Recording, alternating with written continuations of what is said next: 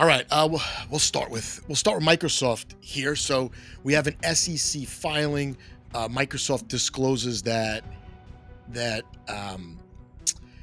going to vote on a proposal that will assess some investment in Bitcoin, I guess, on the company balance sheet. This is scheduled for December 10th, and it says it's item number 5 on this here document. This is the proxy vote, right? So the board is actually recommending that voters vote against the following proposal. That's right, you heard that right. Against the proposal to invest as a company in Bitcoin. And Michael Saylor, among others, are saying, hey, you're a $3 trillion company. How are you going to make your next $1 trillion, right? It might not be with US dollars. The proposal itself was floated by this conservative group as they drew attention to Bitcoin's ability to hedge against inflation, which we've talked about on the channel before. But the board of directors deems it unnecessary. And they said they've already in the past considered investing in Bitcoin, and this they acknowledge it as a controversial move.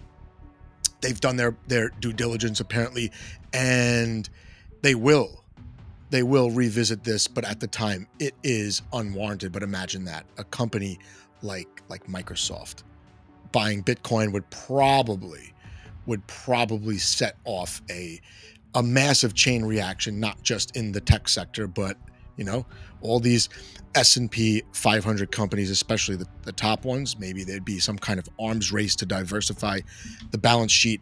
I guess we won't know until December 10th. That's something we need to follow. What's next? What do I have up here? Stripe. All right. So Stripe is a massive payment processing platform. They crossed the $1 trillion milestone for total payment volume in 2023. And they've acquired a stablecoin company or stablecoin platform. It's called Bridge. And this is definitely significant. It's a huge deal. $1.1 billion purchase of this company that was raising money, this year. They raised, it says like $58 million here in the article. And Stripe just recently introduced USDC into their user interface on its main payments screen. So people were seeing for the last couple of weeks that stablecoins were an option, but this is big for stablecoins. I mean, what has been a more practical use case of crypto than stablecoins? The stablecoin market cap of Tether, of USDC, it's only growing. We've seen stablecoin inflows as a catalyst for other token price surges. And what we're seeing, which I think is interesting, is a trend towards centralized stablecoins, like the two that I mentioned. And where is this going to go? Well, Stripe is kind of legitimizing the use of stablecoins, and maybe we'll be seeing this, for all different payment processors, whether it be PayPal, PayPal has their own stablecoin, right? But whether it be Venmo, I know Venmo has some crypto assets. Not sure if they have a stablecoin, but I did see Bitcoin Cash, Litecoin the other day when I opened it up. So yeah, stablecoins, definitely the number one use case of DeFi so far. And then a close second is gambling, degenerate gambling. Kraken. This Kraken news is huge.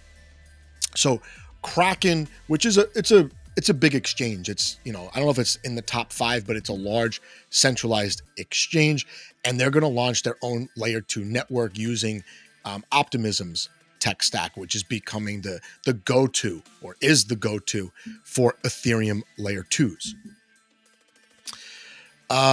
Man, I use Kraken. It's okay. It's one of the only options I have as an American, but they're going to dabble in the world of DeFi, and their chain is going to be called Ink. And you could mint this commemorative NFT on Zora for Ink.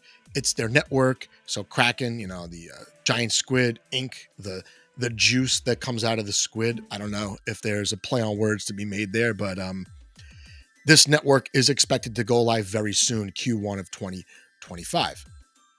Why is this significant? Well, Kraken is already servicing, hundreds of thousands, millions of crypto users. A lot of them have never taken tokens off chain.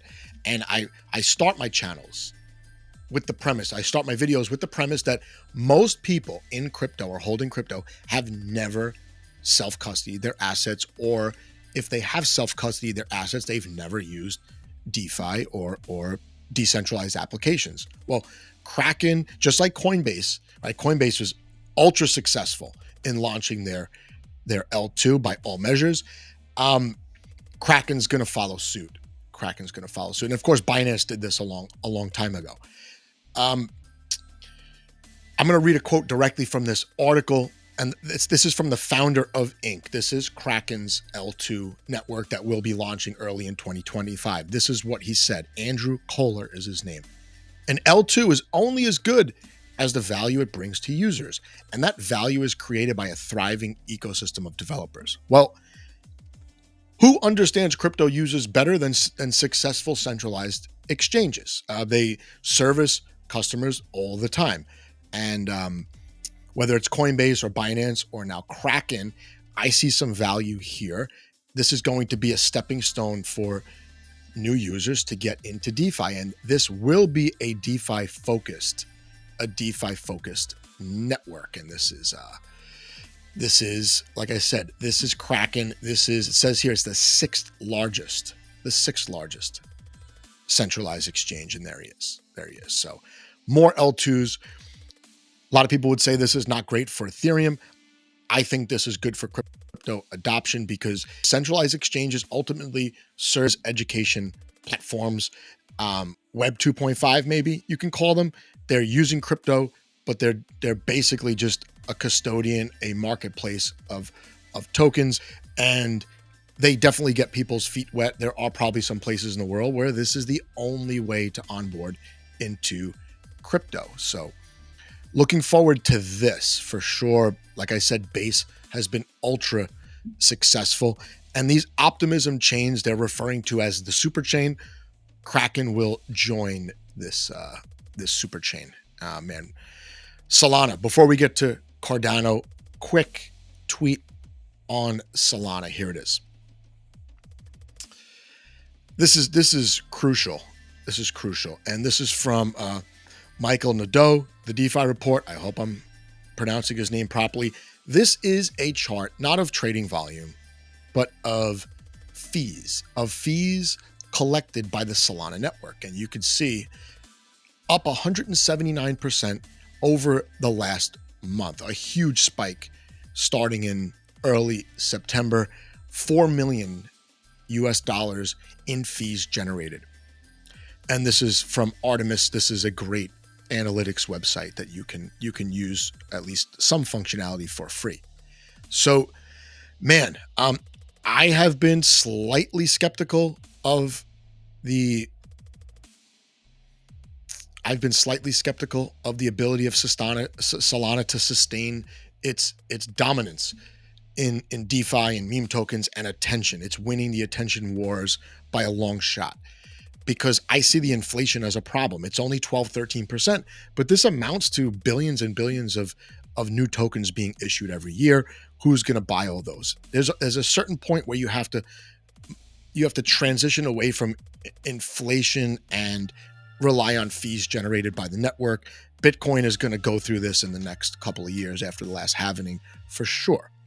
Solana generating millions of dollars a day in fees, even with those tiny transaction fees that I thought they would have to increase.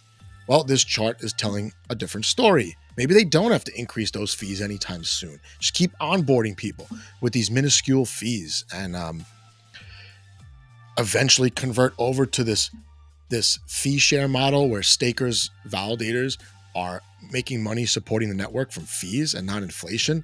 I like where this is going. Solana has done basically everything right since the FTX crash. They focused on apps.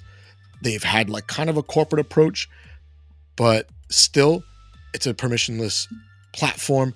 They've got the token the various token standards that we covered on this channel. And they've got the meme coin narrative, which does onboard users for better or for worse.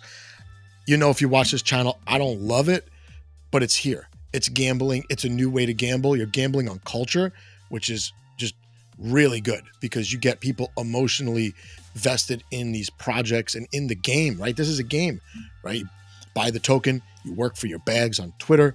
It's been an endless cycle so far. And you can see that maybe it's got some legs, this network. Maybe it's got this legs. It's the most successful platform in this cycle. So another trend you've got to watch. You've got to watch. Every quantum leap I'm finding myself trapped inside of people. Differences underneath the fundamental side of ego. Truly not that equal. That's why they say don't meet your heroes. We are part of this evil, so pardon all my amigos.